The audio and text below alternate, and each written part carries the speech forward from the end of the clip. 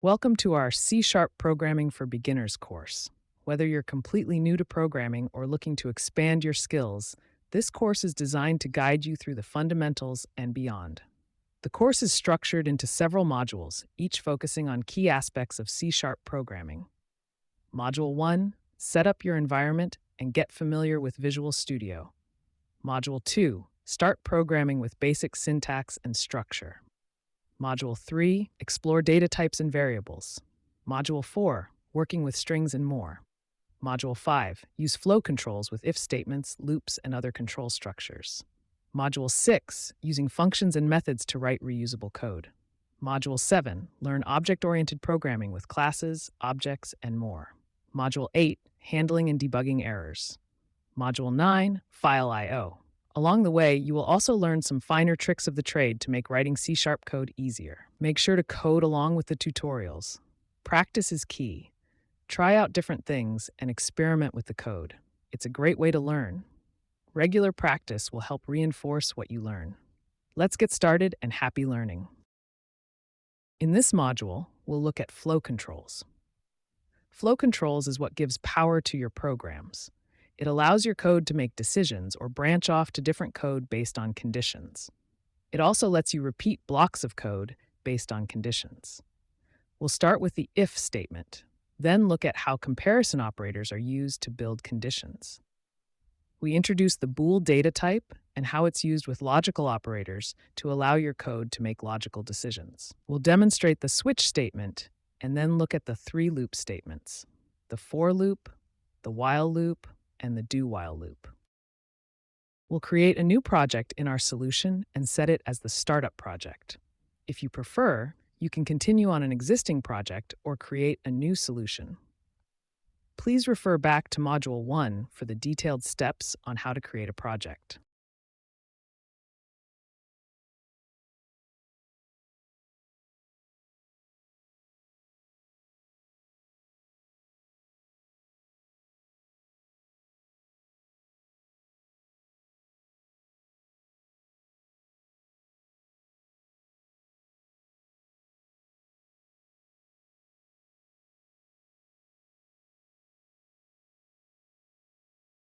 One of the most powerful statements in programming is the if statement.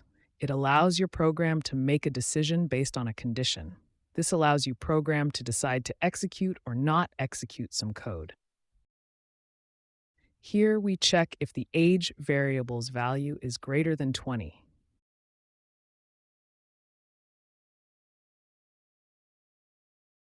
If the condition is true, it will write the message you are older than 20.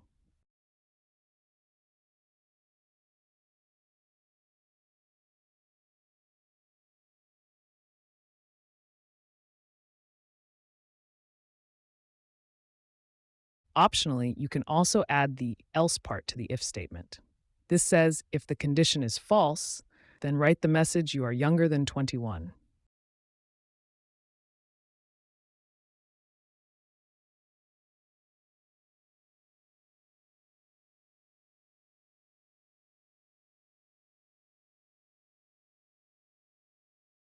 Let's see what happens. Your code correctly decided that the age is 20 or younger. If statements are not limited to execute one statement, it can contain a block of code with multiple statements. The same for the else part. We don't have to stop there. We can continue with the if statement and expand on its structure by adding more ifs after the else to test for more conditions.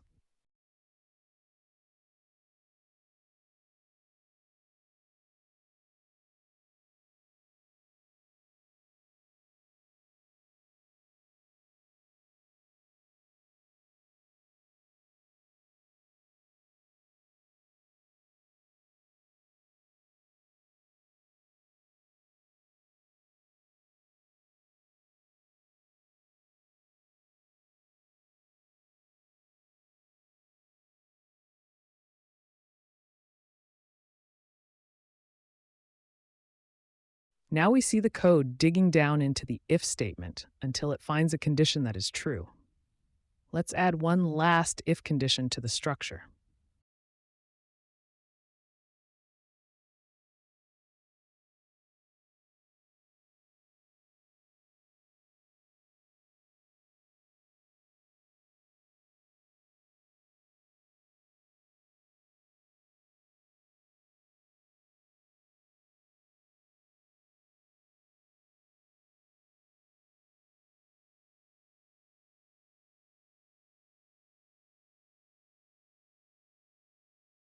We'll set the age value to 5 and see if the last condition evaluates to true.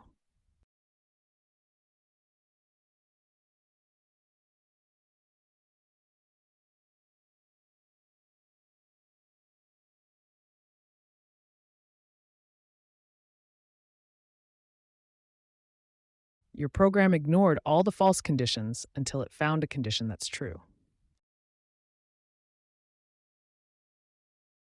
C# has 6 conditional operators. Starting at line 8, we have the greater than operator, then the greater or equal to operator, the less than and less than or equal to operators. Then, on line 13, is the equal to operator. Take note this is a double equal symbol to distinguish it from the normal single equal or assignment operator. Line 14 is the not equal to operator with an exclamation and equal sign. In this code example, we can see that the value of 15 will evaluate true for 3 of the conditions: the greater or equal to, the less than or equal to, and the equal to conditions. Let's see if this is true. As expected, only the code which, if conditions were true, were executed. So far, we've looked at numeric and text data types. But there's a different data type called a Boolean data type, named after the mathematician George Boole from the 1800s. A bool type can hold the values true or false, and it's convention, but not rule, to name the variable like you're asking a question. In this case, we're asking if the password is correct. Now, since the if condition is expecting true result, you can use the bool variable directly in the condition without testing if it's equal to true. On the other hand, if you want to test that the condition is false, you can do an explicit equal to false test. A shorthand way to do this is to use the not operator. The exclamation symbol is the not operator, just like in the not equal to conditional operator. By placing the not operator in front of the bool variable, we say whatever the value of the bool is, make it the opposite. So if the variable is password correct is true, it will become false, and the if condition would fail. Besides the greater than, less than operators, etc., there's also logical operators. These include the not operator, the and operator, and the or operator. We've seen the not operator in a previous example. Let's look at the and or operators and how they determine our program's logic. Here we defined a Boolean and string variable to hold properties of a car. The bool value says this is not a red car, and the car model variable has a value of Ford. In our first if statement, we use the and operator, indicated by the double and symbols. For this condition to be true, the left statement and the right statement must be true. Since the car isn't red, the code will execute the else part. In the second if statement, we use the or operator, indicated by the double pipe or vertical bar symbols. For this condition to be true, either the left statement or the right statement must be true. The car isn't red, but it is a Ford, so this condition will be true. In the third if statement, we mix things up a little. The condition says this must be a red car, but it can either be a Ford or a BMW. An interesting thing about the AND operator is since both sides of an AND operator must be true, C# won't even bother to evaluate the second statement if the first is already false. Let's see what our output gives us. The first line says either the car isn't red or it's not a Ford, which is true since the car isn't red. The second line says the car is either red or it is a Ford, which is true since the car is a Ford. The last line says the car is not red, also true. Let's change the bool variable is car red to true and see what the results are now. It says it's a red Ford, true. The car is either red and or a Ford, also true. Then the car is red and either a Ford or BMW, true again. This is just a simple demonstration, but you can imagine what complex logic you can build into your code. Here's a summary of the comparison and logical operators used in condition evaluations. Note that all these operators result in a Boolean true of false value. In the data tables for the logical operators, we see that the AND operator can only be true if both statements are true, and the OR operator will result in true if either or both statements are true. The NOT operator simply reverses the result.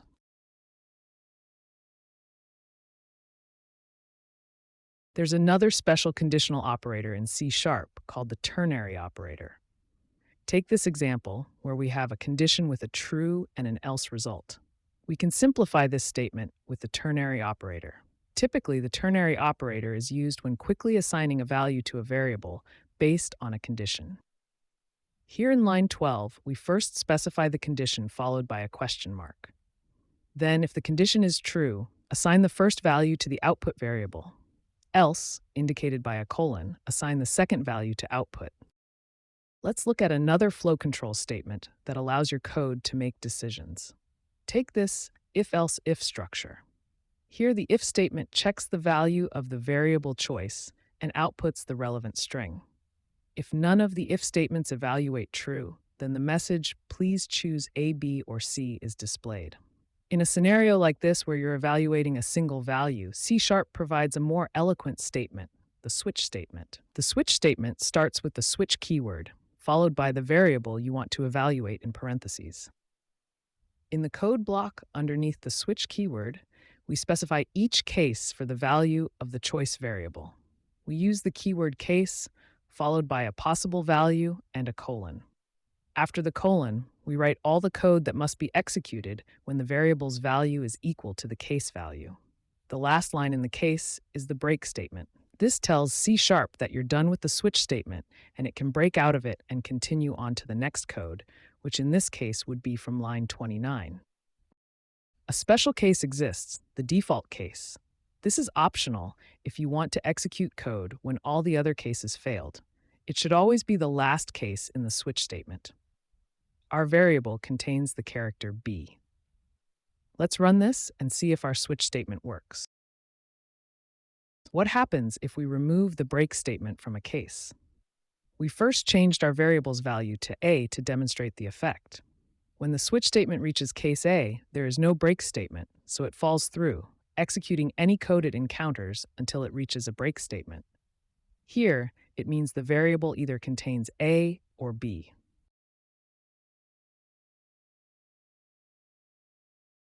The switch statement can also check between ranges of values. For this, we'll use an int variable with value 25. Now, the case statement first makes a temporary int variable to use in the range check. It then uses the when keyword followed by the range we want to check. Here we check if the value of the variable is smaller or equal to 10. In the next case, we check if the value is in the range 11 to 20. Let's see if we get the correct result. Whenever you encounter an if-else-if structure like this, it's always good programming practice to replace it with a switch statement. On to repeating flow controls, or more commonly known as loops.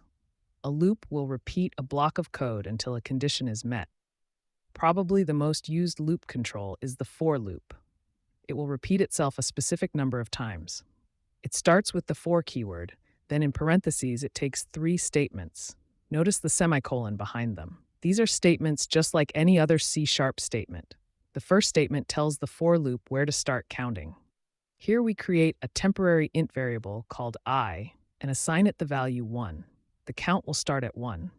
The second statement is a condition. It says, while I is smaller or equal to 25, continue looping. So once I reaches 26, it will stop the loop. The third statement tells what to do with the variable I every time it loops. In this case, we say add 1 to I. We could have, for example, added 5 to I, as long as I somehow reaches the condition where it's bigger than 25. If I never gets bigger than 25, your code will be stuck in an infinite loop. Inside the for loops block of code, we simply display the value of I. The loop will run from 1 to 25 and display the values. To reverse the order of the loop, we can say I must begin at 25 and then continue looping while I is bigger or equal to 1. Then we subtract 1 from I every time it loops. The values of I display in reverse. Another example is displaying only even or odd numbers. Here we use an if statement and calculate the modulus or remainder of I divided by 2. If the result is 0, it means I is perfectly divisible by 2 and an even number. Then display the number. If we only wanted odd numbers, we simply change the equal operator in the if condition to a not equal to. The output displays only even numbers. Notice our loop is still running in reverse. Let's change our for loop back again, but now we add a different statement. we're saying if the value of I is equal to 13, then break out of the loop. The break statement works the same as when we used it in the switch statement. It will break out of the current block of code and continue on to the next line of code after the block. Now, when the loop runs and I reaches 13, it will stop the loop and jump out of it to the next code. So only values 1 to 13 is displayed. There's a similar statement to the break statement called continue. Here we say, if I is equal to 10, then continue to the next loop and ignore any other code in the block. In this case, the value 10 will never be displayed. Let's see the result. As we see, 10 has gone missing from our list. The for loop is especially handy when processing arrays of values. In this example, we'll create a list of 25 random values between 1 and 100.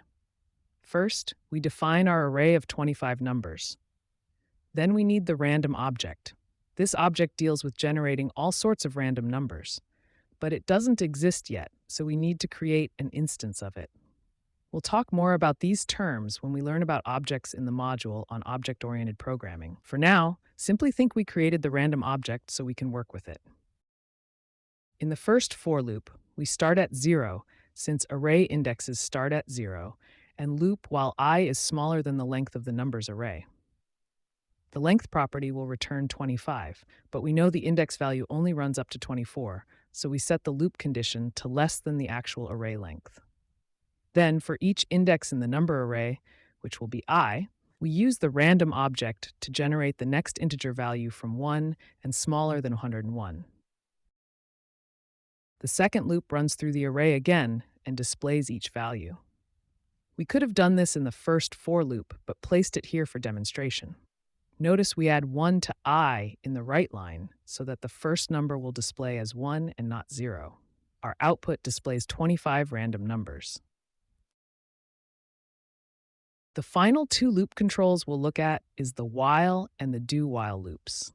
They are sort of sibling loop controls with a small difference between them.